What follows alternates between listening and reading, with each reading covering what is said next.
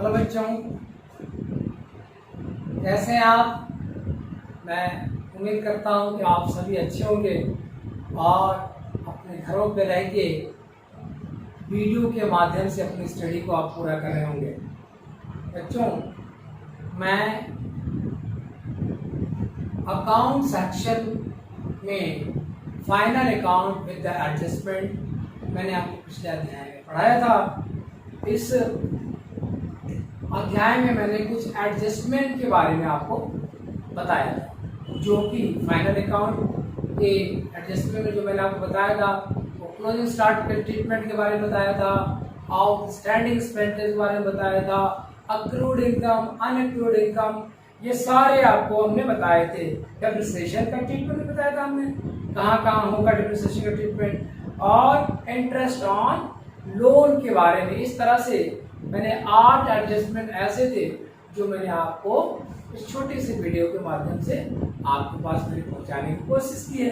अब कुछ और एडजस्टमेंट जो बच गए थे वो मैं वीडियो नंबर पार्ट नंबर 2 में बता रहा हूँ आपको। वो एडजस्टमेंट देखिए, अप्राप्त ऋण बैड डेब्ट है, अप्राप्त संदिग्ध ऋणों के लिए संचिति करना है, रिजर्व एंड बैड डेब्ट एंड डाउटफुल डेब्ट, ठीक है। देनदारों पे छूट के लिए छूट, reserve for discount on debtors, ठीक है बच्चों। लेनदारों पर छूट के लिए संचय, reserve for discount on creditors, ठीक है। उसके पूंजी पर ब्याज, इंटरेस्ट ऑन कैपिटल, आहरण पर ब्याज, इंटरेस्ट ऑन ड्राइंग। उसके बाद निजी प्रयोग यदि माल का आहरण करना, पर्सनल यूज के लिए जो है drawing on the personal goods use कर सकते हैं। दान और नमूने, चैरिटी करने के लिए कोई आपने अगर कोई माल लिया है उसका ट्रीटमेंट बताएंगे। उसके बाद माल का अग्नि द्वारा नष्ट होना, इसको कहते हैं लॉस बाय फायर, है ना। कभी कभी कंपनी में होता है तो कभी माल जहां रखा बड़ा आग लग जाता है, उसको लॉस बाय फायर कहते हैं। तो पहले मेरे बच्चों आइए हम आपको सबसे पहला आईडी बताऊंगा, अप्राप्त ऋण, बैड डेब्ट। बैड डेब्ट होता क्या, पहले बैड डेब्ट को समझो। बैड डेब्ट वो चीज होता है जो बिजनेस में व्यापारी को व्यापार करने के लिए माल कभी कभी उधारी भी बेचना होता है। जरूरी नहीं है कि आप बिजनेसमैन है तो सारा माल आपका कैश के माध्यम से बेचना, नहीं। इसमें अक्सर व्यापारी को उधार माल भी बेचना होता है। उस उधार माल बेचने में जो पार्टी को माल उधार देता है या उसके द्वारा दिवालिया हो जाना, उसके द्वारा दिए गए माल के मूल्य का वापस करने में असमर्थता व्यक्त करना, या कोई कभी कभी क्या होता है उसके मर जाना, मर गया, दिवालिया हो गया, ये सारे कारण होते हैं जो बैड डेब्ट के रीजन बनते हैं, जिससे व्यापार को एक तरह से हानि होता है। व्यापारी अगर स्ट्रॉन्ग साउंड पोजीशन में नहीं होगा तो मे भी उसका बिजनेस बंद भी हो सकता है, ठीक है। अब आप इसका ट्रीटमेंट कैसे करेंगे। ट्रीटमेंट करने के लिए बहुत जरूरी है कि बैड डेब्ट जो पूंजी हमारी एक अनुमान लगाते हैं बिजनेस में कि इतने पैसे का बिजनेस का मेरा पैसा डूब जाएगा, ठीक है सर। इसे हम, चूंकि वो डुबंत है, इसको जब हम चिट्ठे में दर्शाएंगे तो जितने डेब्टर्स हैं, जितने डेब्टर्स टोटल डेब्टर के रिजर्व के अंदर उसमें से घटा के चिट्ठे में हम इसको मेंशन करेंगे, ठीक है। अब आइए नंबर पॉइंट, अप्राप्त तथा संदिग्ध ऋणों के लिए संचिति, इसको कहते हैं reserve for bad and doubtful debtors. इसके नाम से पता चलता है रिजर्व मतलब जो व्यापार में जो पैसा मेरा डूबने वाला है, एक अनुमान है कि डूब जाएगा, ठीक है, उसके लिए रिजर्व करना। और डाउट, जो या तो बैड डेब्ट एकदम डूब जाए या डाउटफुल हो कि आ भी सकता है और नहीं भी आ सकता है। अगर हम किसी व्यापारी के चिट्ठे में या उसके प्रॉफिट एंड लॉस में इसको अगर हम दर्शा देते हैं तो क्या होगा, बिजनेस में सही प्रॉफिट एंड लॉस का हमें पता नहीं चलेगा। इसलिए एक रिजर्व फंड बना देते हैं, जिससे अगर कभी भविष्य में डाउटफुल है भाई हो सकता है कि कोई इस साल दिवालिया हो गया, अगले साल हो गई फिर से खड़ा हो जाए बिजनेस के लिए, तो हो सकता है धीरे धीरे वो पैसा करके हमें वापस कर दे। ठीक है, तो अगर एक बैग हम दिखा देते हैं किसी व्यापारी के लाभ हानि खाते में और चिट्ठे में दिखा देते हैं, तो हो सकता है कि उसका प्रॉफिट ना दिखे, वो जीरो में चला जाए, है ना। इसके लिए जरूरी है कि हमें कुछ रिजर्व कर लेते हैं। अब देखिए, रिजर्व करते हैं तो क्या करते हैं, जो रिजर्व करेंगे जितने का दिया रहेगा 10%, 5% रिजर्व कर देते हैं, उसमें से ओल्ड जितना मेरा होगा उसे घटा देते हैं, उस पर न्यू जोड़ के उसे हम चिट्ठे में भी दिखाते हैं और बैलेंस शीट में भी हम इसको मेंशन कर लेते हैं। Is it clear? कहीं से कोई डाउट हो तो बार बार मेरे वीडियो को देखिएगा, आपको मिलेगा, और किताबों से भी कंसल्ट कीजिए। ठीक है, देनदारों पर छूट के लिए संचय। अब ये व्यापार का इनडायरेक्टली देखा जाए तो एक तरह से ये घाटा है।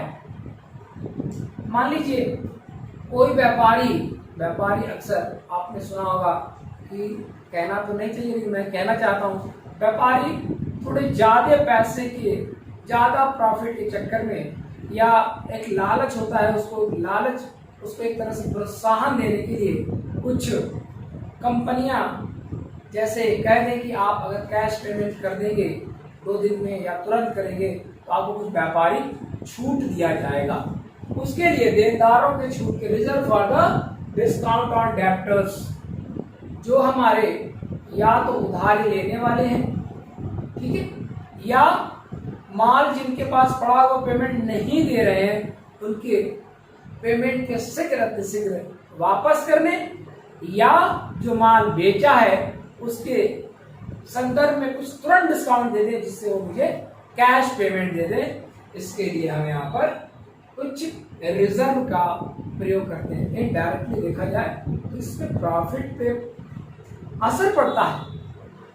भाई जहाँ मान लीजिए कि अगर आपका बहुत बड़ा बिजनेस है लेकिन आप चाहते हैं बिजनेस को रन चलाने के लिए तो कैपिटल की ज्यादा मोर एंड मोर आपको यूज करना होता है। इसके लिए जरूरी है कि आपके पास कैश का जो है फ्लुएंटली वो बना रहे, कहीं रुके ना कैश। इसके लिए बहुत जरूरी है कि कुछ न कुछ देनदार जो है उनको छूट दिया जाए, जिससे शीघ्र जल्दी से जल्दी मेरा पेमेंट खाली हो और मैं अपने बिजनेस में उसका ज्यादा से ज्यादा यूटिलाइज कर सकूं। ठीक है, अब इसको हम प्रॉफिट एंड लॉस में भी दिखाते हैं और चिट्ठे में भी हम इसका मेंशन करते हैं। अब आ जाता है लेनदारों पर छूट के लिए संचय, reserve for discount on creditors.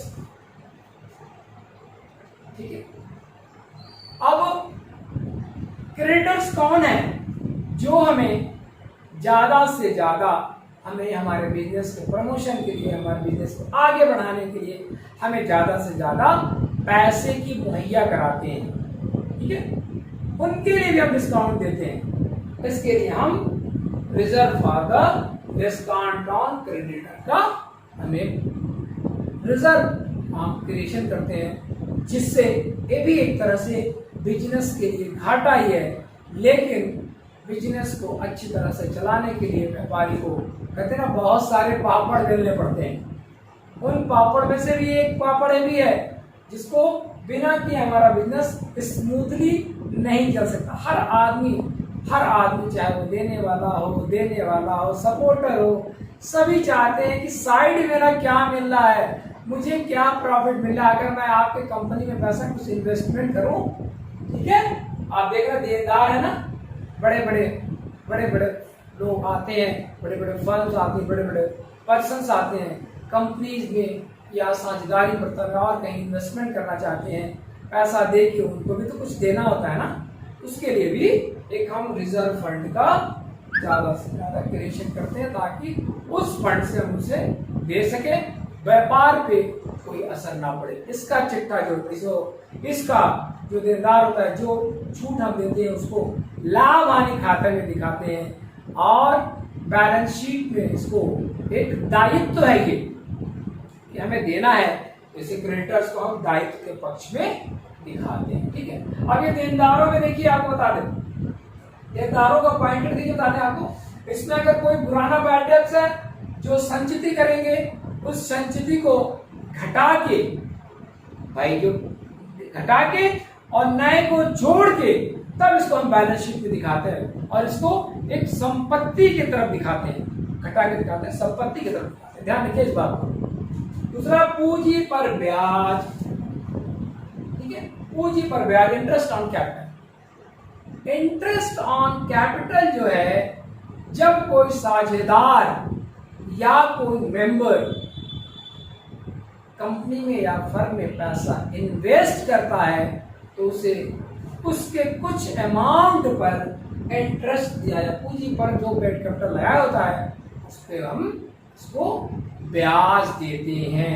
ये भी एक तरह से देखा जाए, एक तो प्रोत्साहन देने के लिए करते हैं कि ज्यादा से ज्यादा वो इसमें इन्वेस्टमेंट करे, लेकिन इनडायरेक्टली देखा जाए तो कंपनी के पूंजी को ये कम करता है, ये भी एक लॉस में ही देखा जाएगा, इसको देखा जाएगा। अब इसका एंट्री कहाँ करेंगे? इसकी एंट्री हम एज वेल एज हम प्रॉफिट एंड लॉस में भी करेंगे, क्रेडिटर साइड में करेंगे, और इसका पूंजी पर ब्याज जो हम देंगे इसको हम उस तरफ आपको लायबिलिटी साइड में हम इसको बेचेंगे। अब आता है आहरण पर ब्याज, इंटरेस्ट ऑन कैपिटल।